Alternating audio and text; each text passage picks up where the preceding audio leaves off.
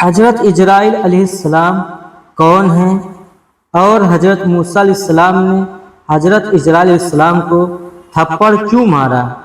حضرت اجرائیل علیہ السلام کو حضرت موسیٰ علیہ السلام کی طرف انسانی صورت میں بھیجا گیا۔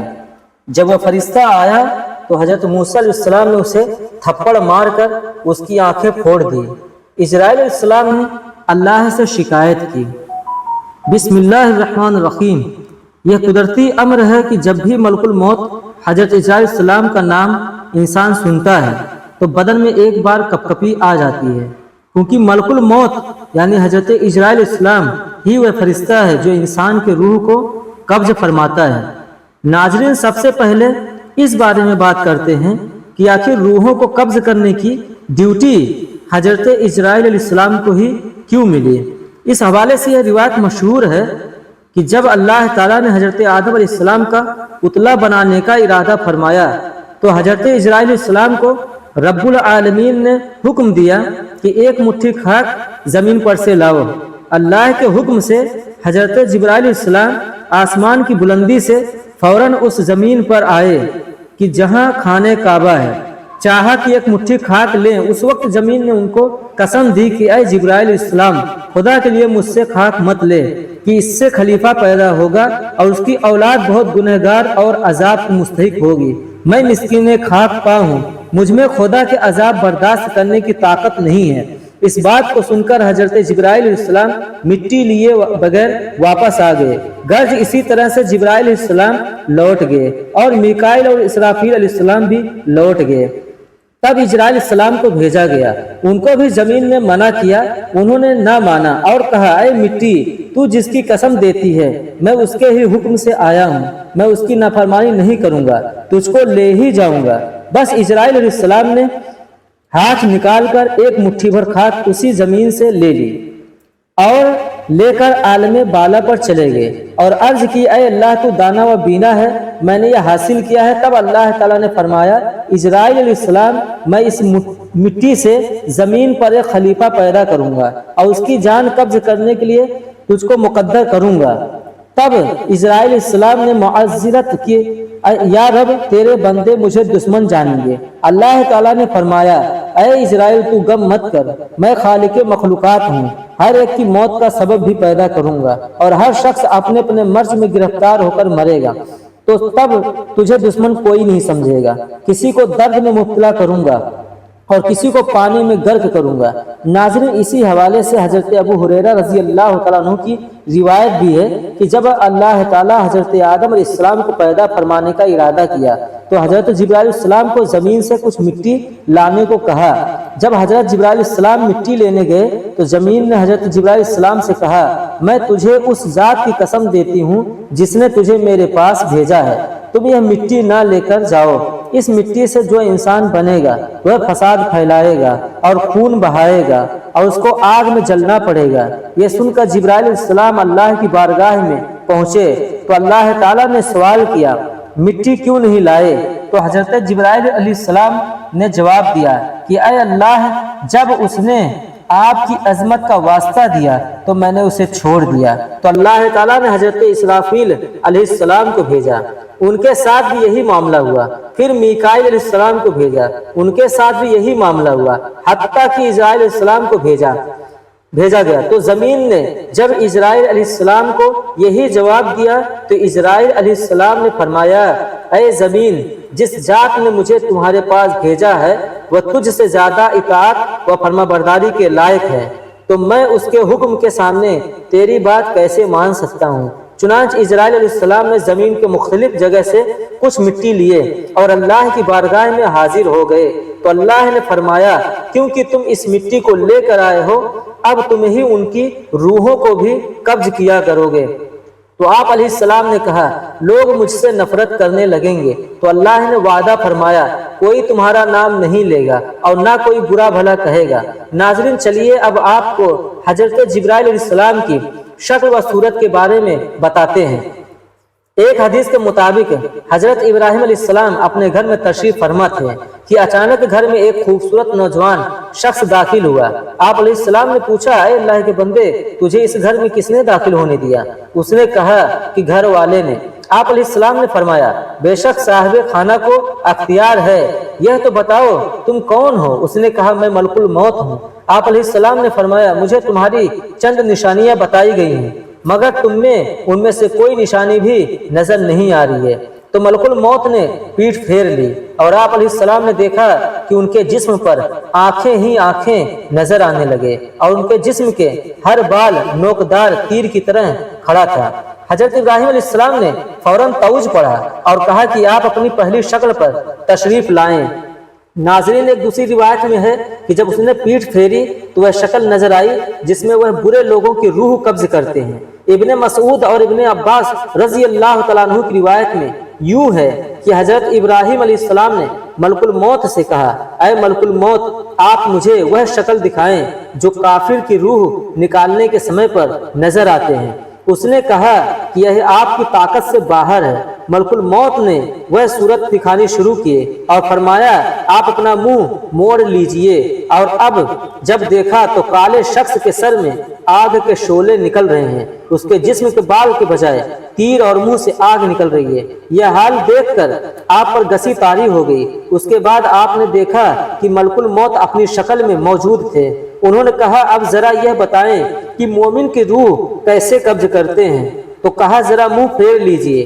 آپ علیہ السلام نے منہ پھیر کر دیکھا تو آپ کے سامنے ایک حسین نوجوان کھڑا تھا جس کے کپڑے سفید اور جسم مہک رہا تھا۔ آپ علیہ السلام نے منظر دیکھ کر فرمایا اگر مومن کو آپ کی دیدار کی ہی دولت نصیب ہو جائے تو اس کے لیے یہی کافی ہے۔ ناظرین حدیث پاک میں اسرائیل علیہ السلام کا ایک اور واقعہ ملتا ہے جو کہ حضرت موسیٰ علیہ السلام کا ملک الموت کو تھپڑ مارنے کے حوالے سے ہے۔ اس حوالے سے حضرت ابو ہریرہ رضی اللہ تعالیٰ عنہ فرماتے ہیں کہ موت کے فرشتے کو حضرت موسیٰ علیہ السلام کی طرف انسانی صورت میں بھیجا گیا۔ وہ فرشتہ آیا تو موسیٰ علیہ السلام نے اسے تھپڑ مار کر اس کی آنکھیں پھوڑ دی۔ وہ اپنے رب تعالیٰ کے پاس واپس گیا اور عرض کیا اے اللہ تو نے مجھے ایسے بندے کی طرف بھیجا جو مرنا نہیں چاہتا۔ اللہ تعالیٰ نے اس کی آنکھ درست فرما دی اور فرمایا ان کے پاس دوبارہ جا اور انہیں کہے کہ اپنا ہاتھ کسی بیل کی پشت پر رکھیں، انہیں ہر بال کے عوض جو ان کے ہاتھ کے نیچے آئے گا 1 سال کی زندگی ملے گی۔ اس ساری کارروائی کے بعد موسیٰ علیہ السلام نے کہا اے میرے رب پھر کیا ہوگا؟ فرمایا پھر موت۔ انہوں نے کہا پھر ابھی ٹھیک ہے، لیکن انہوں نے اللہ تعالیٰ سے یہ دعا کی کہ مجھے ایک پتھر پھینکنے کے فاصلے تک مقدس سرزمین کے قریب کر دیا جائے۔ ناظرین اس حکایت کو سننے کے بعد ذہن میں ایک سوال آتا ہے کہ ایسا کیوں ہوا؟ تو اس بارے میں ابن بطال رحمۃ اللہ تعالیٰ علیہ لکھتے ہیں کہ اصل میں اللہ تعالیٰ نے فرشتے کو حضرت موسیٰ علیہ السلام کے امتحان کے لیے بھیجا تھا نہ کہ موت کے لیے، اور فرشتہ انسانی شکل میں آیا اس لیے یہ معاملہ پیش آیا۔ ناظرین یہ تھی کچھ حکایت اور روایت حضرت اسرائیل علیہ السلام کے بارے میں۔ آخر میں آپ کو حضرت اسرائیل علیہ السلام کی بارگاہ مصطفیٰ صلی اللہ علیہ وسلم میں حاضری کا ایمان افروز واقعہ سناتے ہیں۔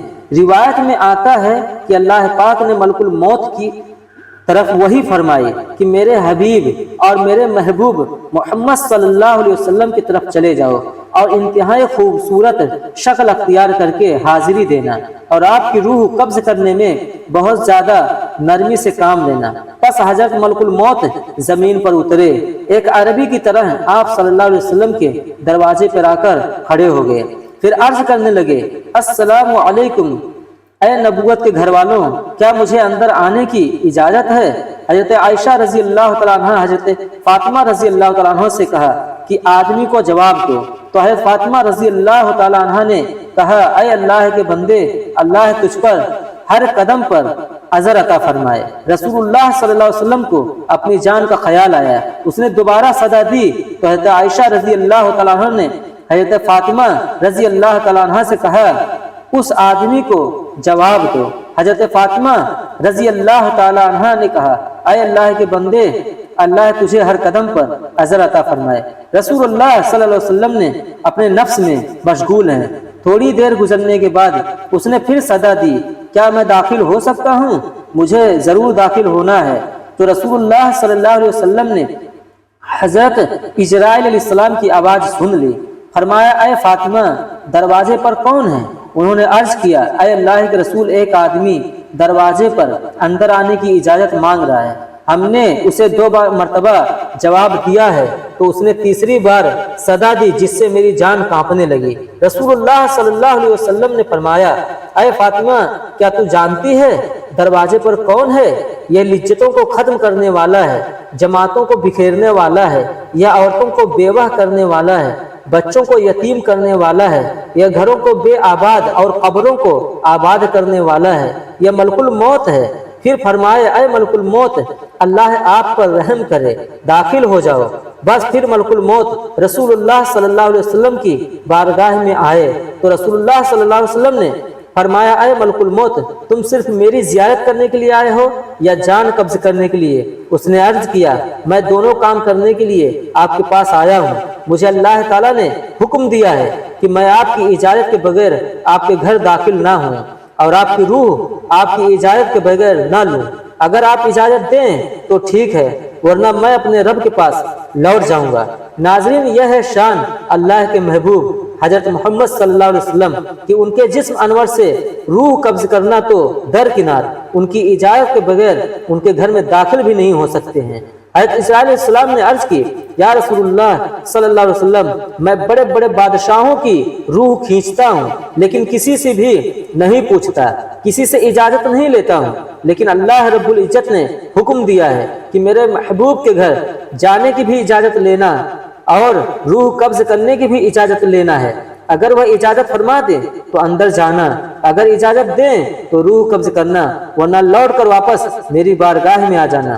ناظرین، یہ ہے مقام محبوبیت، لیکن آج کے گمراہ قسم کے لوگ اس مقام کو سمجھتے ہی نہیں اور اپنی مثل قرار دیتے ہیں۔ یہ تو وہ مقام ہے کہ جہاں ملک الموت 10 بستہ عذر مانگ رہا ہے کہ میرے رب نے حکم فرمایا ہے کہ اگر میرے محبوب صلی اللہ علیہ وسلم روح قبض کرنے کا عذر عطا فرما دیں تو ٹھیک ہے، ورنہ گستاخی نہ کرنا اور فوراً لوٹ کر میری بارگاہ میں حاضر ہو جانا۔ حدیث ہے کہ خالق کائنات نے حضور صلی اللہ علیہ وسلم کو باقاعدہ اختیار دیا تھا کہ محبوب، اگر ہمیشہ کی زندگی چاہو تو ہمیشہ زمین کے اوپر چلتے پھرتے رہو، اور چاہو تو میرے پاس آ جاؤ۔ یہ آپ صلی اللہ علیہ وسلم کی چاہت تھی کہ آپ نے فرمایا، یا اللہ عز و جل، میں نے صحابہ کو سب کچھ بتا دیا ہے، اب میں رفیق اعلیٰ کو پسند کرتا ہوں۔ یہ اختیار کسی اور کو نہیں دیا گیا، بعض انبیاء علیہ السلام کو دیا گیا، لیکن محدود، جتنا عرصہ رہنا چاہو رہ لو، بالا آخر تمہیں آنا پڑے گا۔ لیکن رسول اللہ صلی اللہ علیہ وسلم کو خالق کائنات نے یہ مقام دیا کہ چاہو تو ہمیشہ کے لیے زمین والی زندگی اختیار کر لو اور چاہو تو میرے پاس آ جاؤ۔ نبی اکرم صلی اللہ علیہ وسلم نے اپنے اختیار سے اللہ عز و جل کی رفاقت کو پسند فرما لیا۔ حضرت ملک الموت علیہ السلام نے عرض کیا، میں آیا ضرور ہوں، میرا مقصد تو آپ کی زیارت کرنا ہے، اور اگر اجازت دیں تو روح قبض کر لیں، لیکن یہ روح قبض کرنا آپ کی اذن سے مشروط ہے کہ اذن ہو تو ٹھیک ہے، ورنہ چلا جاؤں گا۔ اللہ تعالی ہمیں حضرت محمد صلی اللہ علیہ وسلم کے نقش قدم پر چلنے کی توفیق عطا فرمائے، 5 وقت با جماعت نماز پڑھنے کی توفیق عطا فرمائے، سچائی پر چلنے کی توفیق عطا فرمائے، آخری سانس تک اسلام پر قائم رہنے کی توفیق عطا فرمائے۔ خدا حافظ۔